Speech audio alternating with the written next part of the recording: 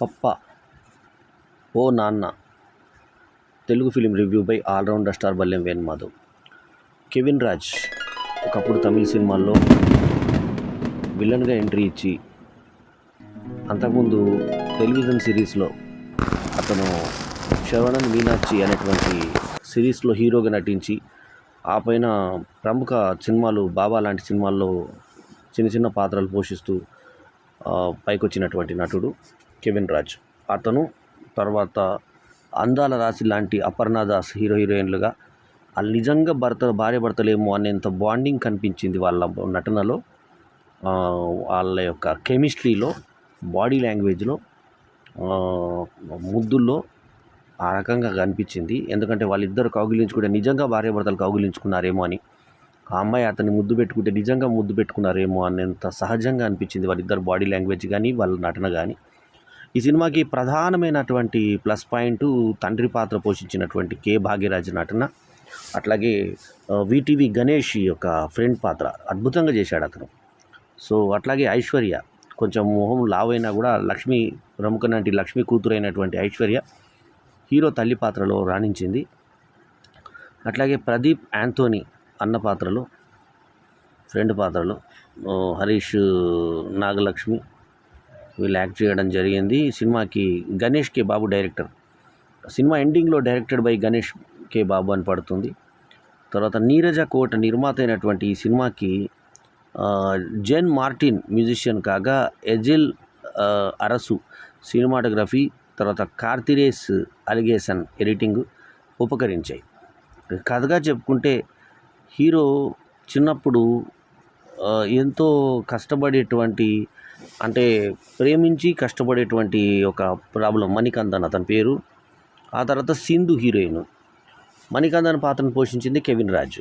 పాప అంటే పప్ప అని పిలుస్తారు కదా ఫాదర్ని, ఆ రకంగా పాప పప్ప ఇలా ఏమన్నా తీసుకోవచ్చు మనము. అది ఓ నాన్న అని బ్రాకెట్లో క్లియర్గా అర్థమయ్యేలాగా పెట్టారు మనకి.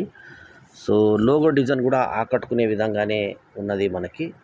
ఇంగ్లీష్లో ఆరెంజ్ రెడ్ కలర్లో, ఆరెంజ్ అండ్ ఎల్లో కలర్లో ఈ పాప లోగోను రూపొందించడం జరిగింది. సో ఇందులో కథలో ప్రధానమైన లోపాలు చాలా ఉన్నాయి. ఉదాహరణకు ఈ కథను తీసుకున్నది ఎంత బ్లఫ్ కథ అంటే, ఈ అబ్బాయి ఆ అమ్మాయిని అబార్షన్ చేయించుకోమంటాడు. ఎందుకు చేయించుకోమంటాడు అన్నదానికి సరైనటువంటి కారణం చూపించలేదు మనకి. పెళ్ళిగాని అన్నున్నాడు ఇంట్లో, ఈయన ఒకవేళ తండ్రి అవుతున్నాడు అన్నటువంటి షాక్లో చెప్పాడు అనుకుంటే, ఇతను ఆ అమ్మాయిని వేసేటప్పుడు మరి జాగ్రత్తలు ఎందుకు తీసుకునే లేదు అనే దానికి కరెక్ట్గా అర్థం కాదు. సో ఆమెను ఎంజాడు, మంచిగా ఎంజాయ్ చేశాడు, అంత బాగుంది. మరి పిల్లలకి అన్నటప్పుడు ఆ అమ్మాయిని విలన్గా ఎందుకు ఇతను అబార్షన్ చేయించుకోమని అంటాడో దానికి మీనింగ్ లేదు. ఫ్రెండ్ ఫ్లాట్లో అపార్ట్మెంట్లో రెంట్కి తీసుకున్నప్పుడు అక్కడ ఫ్రెండ్ డబల్ కీ తోటి భార్యాభర్తలు ఉన్నప్పుడు, అందులో భార్య ఒక్కతే ఇంట్లో ఉన్నప్పుడు, అంటే వీళ్ళ ఫ్రెండ్ భార్య ఉన్నప్పుడు వాళ్ళ ఫ్రెండ్స్ వెళ్ళి తాగడము, సిస్టర్ నాకు గుడ్డే అదే ఇదే అని సిస్టర్ అన్నా కూడా వాళ్ళు తాగుబోతులు ఏం చేస్తారో తెలియదు కదా, అంతమంది ఒక గ్రూప్ గ్యాంగ్ రేప్ కూడా చేయొచ్చు అక్కడ. అటువంటి పరిస్థితుల్లో ఆ అమ్మాయిని అక్కడ ఉంచడం, అంతకుముందు రోజే ఆమె రెంట్కి వెళ్దాం మనం వేరే దగ్గరికి వెళ్దామని అడగడము, వెళితే మన జీతం సరిపోతుందా అన్న టైప్లో అతను అడగడము, అవి కూడా జరుగుతాయి సంఘటనలు. సో అక్కడ రిలివెంట్ లేదు. అట్లాగే కె భాగ్యరాజు తర్వాత ఐశ్వర్య వీళ్ళ తల్లిదండ్రులు అయినప్పుడు వాళ్ళ అన్న ఇంటికి వెళ్ళి ఇట్లా తమ్ముడు పెళ్లి చేసుకున్నాడు ఇట్లా పరిస్థితి అని చెప్పేసి ఇంటికి వెళ్ళి బతిలాడినప్పుడు, బాబు పుట్టేసి వెళ్ళిపోయాడు అన్న టైప్లో బతిలాడినప్పుడు పెళ్ళికి ముందు ఒప్పుకోరు, పిల్లగాడు పుట్టిన తర్వాత ఒప్పుకోరు. ఆ రెండు ఒప్పుకోకపోవడానికి సహాయకమైన కారణం లేకపోగా మళ్ళీ వీళ్ళ అన్న పెళ్లి ఇన్విటేషన్ కోసం వాళ్ళ ఇంటికి వెళ్ళడం అనేది ప్రహసనంగా అనిపిస్తుంది. అప్పుడు ఎందుకు ఒప్పుకోలేదు, ఇప్పుడు ఎందుకు ఒప్పుకున్నాడు అన్న దానికి రీజన్, ఎటువంటి కరెక్ట్ రీజన్ చూపించలేదు అక్కడ డైరెక్టర్. అట్లాగే క్లైమాక్స్లో అమ్మాయి నాకు బిడ్డనే పుట్టిందని తెలియదు నాకని చెప్పి అంటుంది. బిడ్డనే పుట్టకుండా ఏ హాస్పిటల్లోనైనా బిడ్డను కన్న తర్వాత బిడ్డ చచ్చిపోయిందని చెప్తే ఎలా నమ్ముతుంది తల్లి? పోనీ ఒకటే ఊర్లో ఉన్నప్పుడు ఊరు ఇడిచిపెట్టి వెళ్ళిపోయారు అనుకుందాం, ఏదో ఆ నోట ఈ నోటనైనా తెలియకుండా ఎలా ఉంటుంది? ఇప్పుడు నాకు తెలిసిన ఒక కుటుంబం, వాళ్ళు చాలా గ్యాప్తో ఒక ఆయన పెళ్లి చేసుకుంది. తల్లిదండ్రులకు తర్వాత తల్లికి తర్వాత ఇష్టం లేక కూతుర్ని రమ్మంటే అతను నా కొరకు బాధపడతాడేమో అని చెప్పేసి గోడ దుంకి మరీ వేరే అతని ఫోన్లోకి వెళ్ళి ఫోన్ చేసి మరి నేను వస్తున్నాను నీ దగ్గరికి అని చెప్పి వెళ్ళిపోయింది. అంత బాండింగ్ ఉంటుంది 1 year పెళ్ళైన తర్వాత అంత బాండింగ్ ఉన్నప్పుడు వీళ్ళు ప్రేమించి పెళ్లి చేసుకొని వీళ్ళు ఎంతో బయటకు వచ్చేసి వాళ్ళు ఉన్న తర్వాత ఒక లేబర్ ఏరియాలో ఉంటారు.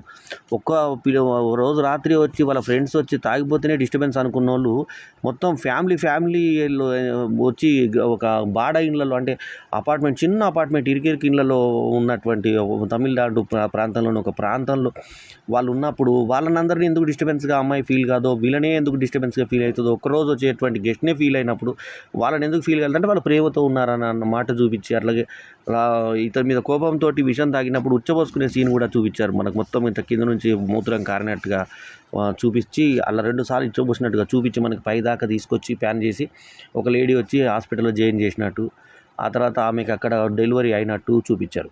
సో ఆ సీన్ హృదయంగా తీసినా కూడా దాంట్లో ఉన్నటువంటి అశ్లీలత ఏదైతే ఉందో అది ఏదున్నా కూడా ఈ సినిమాకి యూఏ సినిమా వచ్చింది. ఈ సినిమా నిడివి వచ్చి 2 గంటల 11 నిమిషాలు. రిలీజ్ డేట్ వచ్చేసి 3 జనవరి 2025. ఇది ట్విస్ట్. 3 జనవరి ఏంటి, మనం జూన్లో ఉన్నాం కదా అనుకుంటాం, మనం మర్చిపోయి జనవరి అని చెప్తున్నారా అనుకుంటారు. కానీ 3 జనవరి 2025 ఈ సినిమా ఒరిజినల్ రిలీజ్ డేట్. ఎప్పుడు కూడా ఈ బుక్ మై షోలో కానీ వీళ్ళు కానీ మొదటి రిలీజ్ ఒరిజినల్ డేటే ఇస్తారు. ఇది రిలీజ్ అనమాట. అంటే 6 నెలల తేడాలో రిలీజ్ చేసుకున్న సినిమా పాప. అప్పుడు గ్రాండ్గా రిలీజ్ చేయలేక ఇప్పుడు రిలీజ్ చేశారని మనకు క్లియర్గా అర్థమవుతుంది. సరే, ఇక ఇప్పుడు కథకు వద్దాం. ఈ పర్ఫార్మెన్స్ల విషయంలోకి వస్తే ఫస్ట్ కెవిన్ రాజు అటు యువకుడిగా తర్వాత తండ్రి పాత్రలో అద్భుతమైనటువంటి పర్ఫార్మెన్స్ని ఇస్తే, అంతకు ధీటుగా అంతకన్నా బ్రహ్మాండంగా అపర్ణ దాస్ తన అందంతో ఆకట్టుకొని చాలా ఒక అద్భుతమైనటువంటి డిగ్నిఫైడ్ పర్ఫార్మెన్స్తో ఆకట్టుకుంది. చాలా బాగుంది. అయితే వీళ్ళిద్దరు కడుపు మీద తడుమేటువంటి సన్నివేశంలో కడుపుగా ఏదైతే చూపించారో అది క్లియర్గా మనకు చిన్న పిల్లని చూపించినా అది ప్లాస్టిక్ ముద్దన కలగదు. అంటే నిజమైన కడుపు అక్కడ ఏర్పడకపోవచ్చు, కానీ అది కడుపులాగా అనిపించినప్పుడు ఆ సన్నివేశం అవసరం కూడా లేదు. ఏదో కడుపు మీద తడమడం, భార్య దగ్గర కూర్చొని కడుపు మీద తడమడే సన్నివేశం ఏదో పెట్టినటువంటి ఒక ప్లాస్టిక్ ముద్దలాగా అదేందో తీసుకొచ్చి ఆడ ముంగట కడుపు కాడ అతకబెట్టి పెట్టినట్టుగా క్లియర్గా అర్థమవుతుంది. ఎంత సినిమా అయినా కూడా కొంచెం రియాలిటీ లేనప్పుడు ఆ సినిమా సీన్ పెట్టడం అవసరం లేదు. సో భాగ్యరాజు ఐశ్వర్య దంపతులకు 2 కొడుకులు. చిన్న కొడుకైనటువంటి కెవిన్ రాజు తొందరపడి ఆమెను వేసేస్తే ప్రియాల్ని అపర్ణ దాస్కి అమ్మాయికి కనిపోయినట్టు. ఆమె పాత్ర పేరు సింధు, ఈ పాత్ర పేరు మణికంఠ వీళ్ళిద్దరూ వేసుకుంటే, మణికంఠకు వీళ్ళ కొడుకు అయితే భాగ్యరాజు ఐశ్వర్య ఒప్పుకున్నప్పుడు, అంటే ఐశ్వర్య తర్వాత ఒప్పుకున్నా కూడా భాగ్యరాజు ఏమంటాడు, మీరు బయటకు పోయి వాళ్ళతో మాట్లాడినా నా భయపడిపోయి ఇక ఇంట్లోనే ఉండిపోతుంది తల్లి. ఆ తర్వాత కొడుకు బయట నుంచి అమ్మ అని గట్టిగా పిలుస్తా కూడా పలకదు ఆ అమ్మాయి. ఆ తర్వాత ఆ తల్లిని నిందిస్తాడు. తర్వాత ఇంటికి వెళ్ళిన తర్వాత, నువ్వు ఆ రోజు పలకలేదు కదా అమ్మ. తర్వాత కలిసిపోతారు. తర్వాత అక్కడ కూడా అసహజంగా ఆ తాతయ్య వచ్చేసి, నేను నీకు తాతయ్యని రా అని చెప్పేసి, నేను అంకుల్ని కాదు తాతయ్యని రా అని చెప్పే సన్నివేశము, తాతయ్య ఇస్తే డబ్బులు తీసుకోవాలి కదా అని చెప్పే సన్నివేశం బాగున్నాయి. అయితే ఈ రకంగా వాళ్ళిద్దరు ప్రేమించుకున్న తర్వాత వాళ్ళు అపార్ట్మెంట్లోకి వచ్చిన తర్వాత ఈ అబ్బాయి తాగుతాడు. కంపెనీలో పనిచేసే దగ్గర తాగితే, బలవంతం చేసే ఫ్రెండ్స్ తాగితే, రెండోసారి కూడా తాగడం మానేయమని చెప్పేసి భార్య అన్నప్పుడు, కడుపులో ఉన్నటువంటి బిడ్డ మీద ప్రమాణం చేయన్నప్పుడు కడుపు మీద ప్రమాణం చేసి మరీ తాగుతాడు నెక్స్ట్ డే. ఆ రోజు ఏమంటాడంటే, నీ పిల్లవంటే భయం మారా అంటే ఉక్రోషంతో తాగుతాడు. మళ్ళీ ఇంటికి వచ్చేసరికి నువ్వు తాగావు కదా అని చెప్పేసి ఈ అమ్మాయి ఇంకా సీరియస్ అయ్యేటువంటి పరిస్థితుల్లో అప్పుడు ఆమెకి ప్రెగ్నెన్సీ ఇదయ్యి మొత్తానికి బాబు పుడతాడు. బాబు పుట్టిన తర్వాత పుట్టిన బాబుని అక్కడ పెట్టేసి ఈ అమ్మాయి మాయమైపోతుంది. ఎలా మాయమైపోతుంది? తల్లి ఎప్పుడన్నా పిల్లని విడిచిపెట్టి వెళ్ళిపోయేటువంటి చరిత్ర ఎక్కడని చూసారా మనం? మొదటి నుంచి అబార్షన్ చేసుకోమన్నది ఇతను. తర్వాత ఇంకా తమాషా ఏంటంటే, ఇప్పుడు ఇది తీసుకెళ్ళి అనాథాశ్రయంలో వదిలేసి ఎక్కడో దొరికింది అంటే పోలీసులు వచ్చే లోపల ఆగండి అంటే అది ఆటో వేసుకొని జంప్ అయిపోతాడు అక్కడి నుంచి. మళ్ళీ బాధ గుర్తుకొచ్చి అటు నుంచి మళ్ళీ వెనక్కి వచ్చేసి పట్టుకొని ఏడుస్తాడు, ముద్దాడుతాడు కొడుకుని. మళ్ళీ హాస్టల్లో కాళ్ళ దగ్గర పడితే ఇచ్చేస్తాడు. అప్పుడు ఆటో అతను కూడా ఎంతో బాధపడి అతను కూడా ఎంతో సంతోషపడతాడు. ఆ సన్నివేశం చాలా చాలా సహజంగా తీశారు, బాగా తీశారు అది. అట్లాగే 10 పాటలు ఉన్నాయి సినిమాలో, బిట్ సాంగ్స్తో కలిపి 10. ఆ తర్వాత ఇతను ఉద్యోగం కోసం పోతే ఒక ఫ్రెండ్ దాంట్లో సూపర్ మార్కెట్లో కలిసి నీకు ఉద్యోగం ఇప్పిస్తానని చెప్పి తీసుకెళ్ళి తన బాస్కి కల్పించి జాబ్ ఇప్పించేటువంటి ప్రయత్నం చేస్తుంది. అయితే అతని క్వాలిఫికేషన్స్ ఎక్కువనే చెప్పి అప్లై చేయకపోయినా అంతకన్నా పెద్ద జాబ్ని ఇవ్వడం కూడా హాస్యాస్పదంగా ఉంటుంది. వచ్చిన తర్వాత మళ్ళీ వారం రోజుల తర్వాత రమ్మని లెటర్ ఇచ్చి, అయ్యా నీకు ఎవరు చెప్పలేదు ఈ జాబ్కి వేరే వాళ్ళని పెట్టుకున్నారని చెప్పేసి బాస్ చెప్పడం. ఆ తర్వాత ఇది ఎవరు చేశారంటే వాళ్ళ ఫ్రెండే ఆమెనే ఎందుకు పిలిచింది, ఆమెనే ఎందుకు వద్దన్నదాన్ని ఆ హీరో అడిగినా కూడా అది ఎంతో అసహజంగా ఉంది. ఆమె కన్నా ఎక్కువ జీతం తీసుకోవడం ఇష్టం లేక అలా చేసింది అనేది. ఒక సింగిల్ పేరెంట్గా అతను బాబుని పెంచుకొని బాధపడుతున్నటువంటి సమయంలో ఏ లేడీ అయినా అలా చేస్తుందా? అది ఆమె శత్రువు కాదు, ఫ్రెండ్. పైగా పిలిచి ఉద్యోగం ఇచ్చిన ఫ్రెండ్ ఎవరైనా చేస్తారా?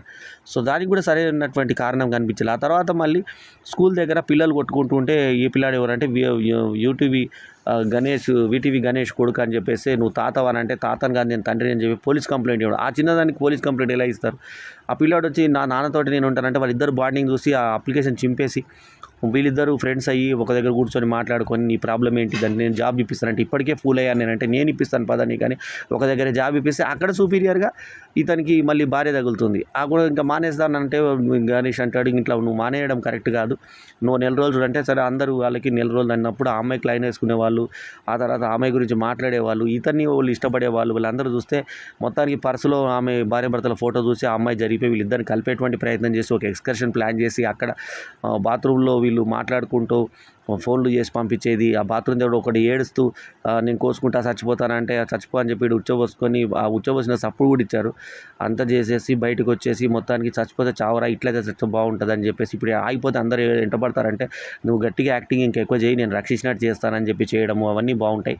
మొత్తానికి వీళ్ళిద్దరు భార్య భర్తలు అని చెప్పి లోపల తలుపు పెట్టేసి ఇది చేసిన తర్వాత వాళ్ళు అమ్మాయిని కొట్టి బయటికి వెళ్ళిపోతుంది. ఆ తర్వాత పిల్లాడిని ఇంకా లాస్ట్ ఫేర్వెల్ రోజు ఇంటికి తీసుకొచ్చినప్పుడు మన ఆఫీస్కి ఫేర్వెల్కి తీసుకొచ్చినప్పుడు ఆ పిల్లాడు ఈ అమ్మాయి బ్యాక్ వెనకాల వచ్చి దాక్కుంటాడు లిఫ్ట్లో.